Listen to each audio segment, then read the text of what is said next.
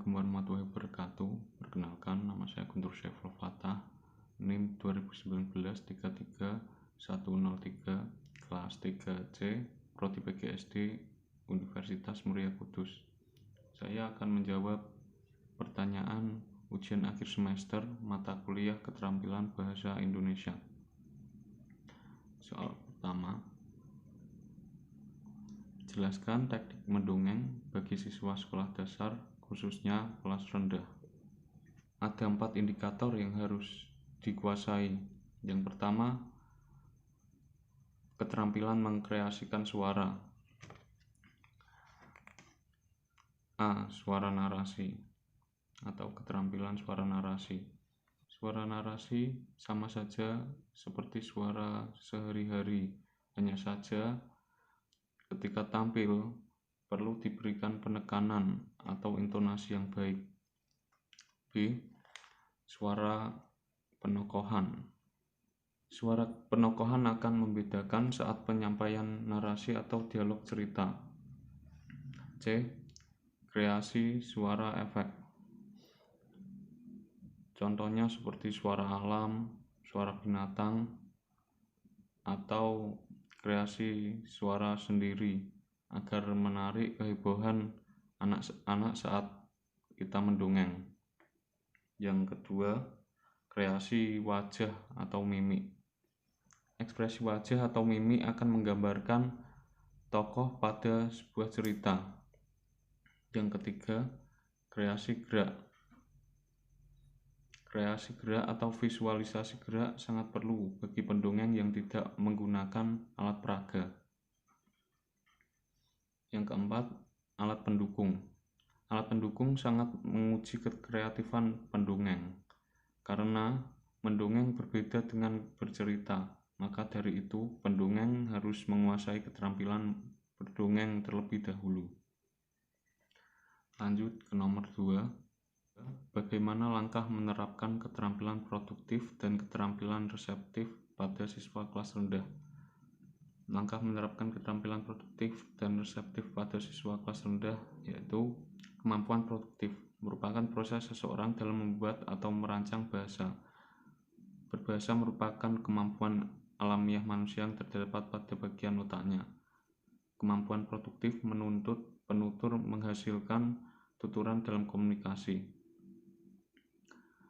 Yang kedua, kemampuan reseptif merupakan kemampuan penerima isyarat bahasa.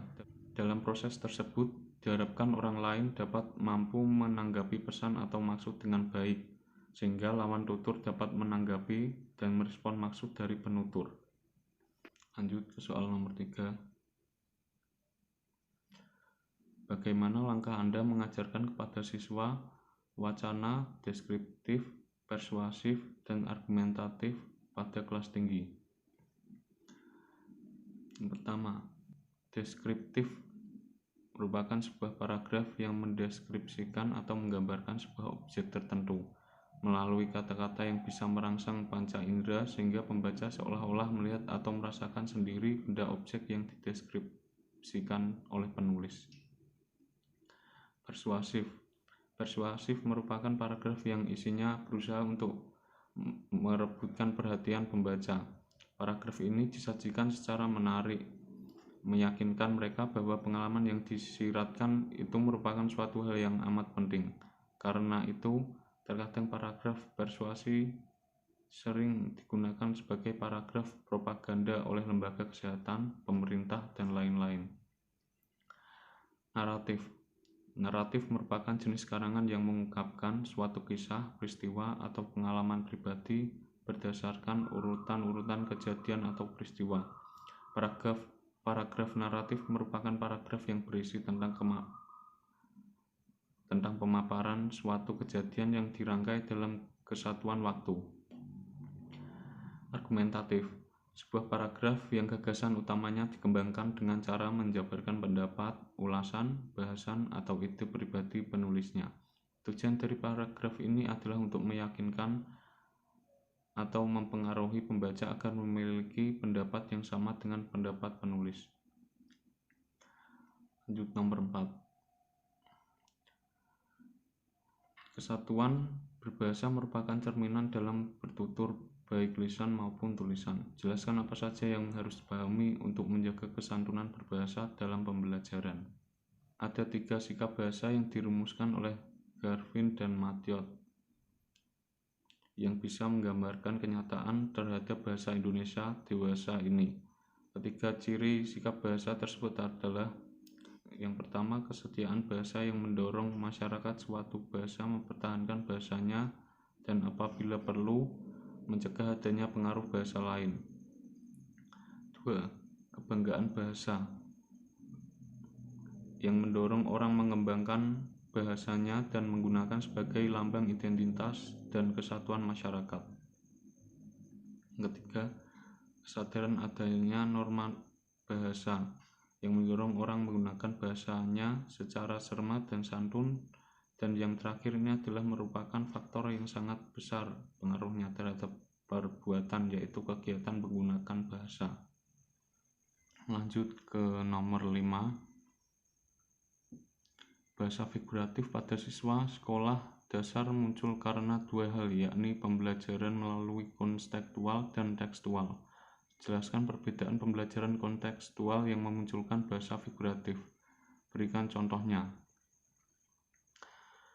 Pembelajaran tekstual memposisikan proses belajar mengajar sebagai proses transformasi distribusi teks dari teks kepada siswa lewat perantara guru. Berbeda dengan metode pembelajaran kontekstual. Metode ini melibatkan pengalaman praktis sebagai sarana memahami dan menemukan ilmu. Contoh dari pembelajaran kontekstual yaitu dengan pendekatan contextual teaching and learning, di mana sebuah proses pembelajaran yang bersifat menyeluruh atau holistik. Pada pembelajaran kontekstual, siswa dimotivasi sehingga mereka dapat memahami makna bahan pelajaran sesuai konteks kehidupan mereka sehari-hari. Contoh pembelajaran tekstual. Pembelajaran tekstual ini berpangkal pada kekuasaan otoritas. Otoritas tertinggi adalah teks dan di bawahnya adalah penerjemah teks.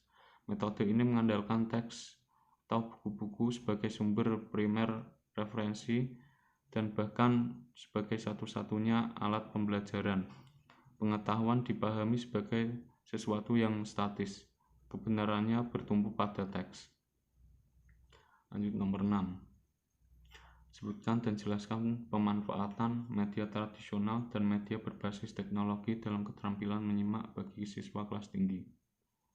Media tradisional dapat digunakan sebagai proyeksi penguat adat, sebagai alat mendidik, serta dapat digunakan sebagai alat paksaan dan pengendalian sosial agar norma masyarakat tetap dipatuhi. Contoh kelompok media tradisional seperti ludruk, kentrung, dan wayang kulit merupakan sarana yang dapat digunakan untuk pendidikan, khususnya keterampilan menyimak. Manfaat dari media berbasis teknologi, yaitu antara lain dapat menarik perhatian siswa. Pembelajaran menjadi menyenangkan, pembelajaran menjadi lebih mudah, memberikan pengetahuan lebih kepada siswa, serta mempermudah komunikasi. Contoh dari media berbasis teknologi adalah salah satunya penggunaan media YouTube dari gawai atau smartphone. Lanjut nomor 7.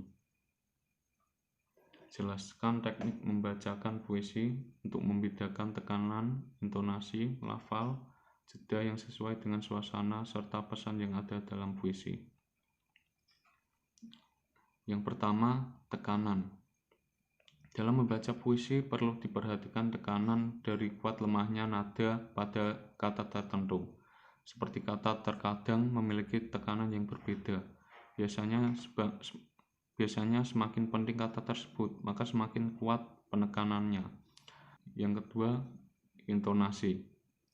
Intonasi merupakan naik turunnya nada dalam pembacaan puisi, sama seperti unsur-unsur lainnya.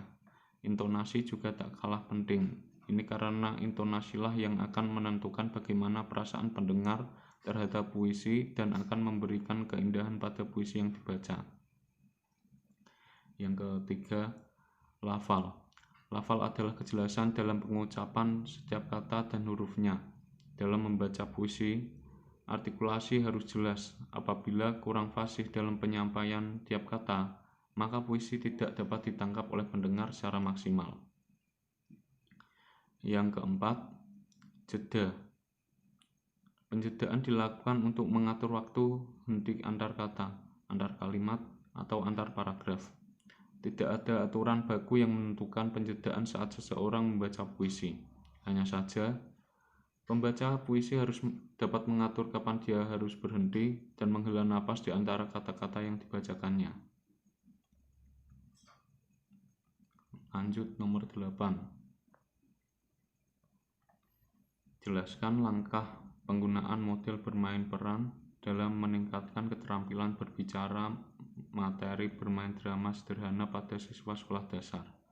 Jelaskan berdasarkan langkah-langkah model bermain peran dan aplikasinya. Dengan model penelitian siklus yang terdiri dari 2 siklus, tiap siklus dilaksanakan dengan tahapan perencanaan, pelaksanaan, observasi, refleksi.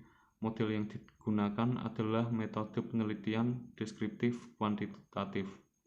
Hasil yang diperoleh dari penelitian tersebut sebagian besar adalah mengacu pada keterampilan berbicara siswa. Ada yang mampu memerankan drama dengan lafal dan intonasi yang tepat, tetapi ekspresi masih kurang. Maka hal tersebut dapat diubah dengan cara perbaikan untuk mendapatkan hasil yang terbaik atau sesuai yang diinginkan. Kesimpulan dari hal tersebut, menggunakan metode bermain peran dalam pembelajaran bahasa Indonesia terbukti dapat meningkatkan keterampilan berbicara siswa. Dengan demikian, disarankan kepada guru untuk memberikan bimbingan sebelum siswa bermain peran. Lanjut nomor 9.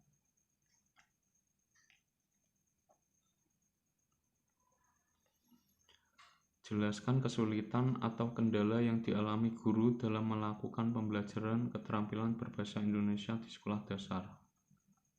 Sebagian besar siswa menganggap bahasa Indonesia setelah bahasa daerah mereka. Ini menjadi kendala bagi mata pelajaran bahasa Indonesia. Guru harus mampu menganalisis persamaan dan perbedaan bahasa daerah tempat mengajar dan bahasa Indonesia. Penguasaan teori tentang belajar bahasa kedua menjadi kunci keberhasilan guru dalam mengajarkan bahasa Indonesia.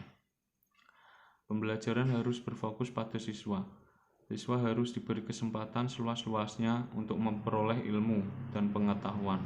Melalui penerapan KTSP secara optimal, diharapkan siswa mampu menguasai kompetensi dasar. Pembelajaran bahasa Indonesia perlu didukung dengan pendekatan komunikatif integratif yang menempatkan siswa sebagai subjek belajar. Hal ini akan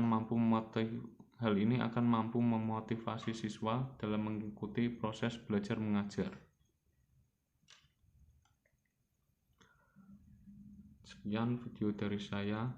Terima kasih. Wassalamualaikum warahmatullahi wabarakatuh.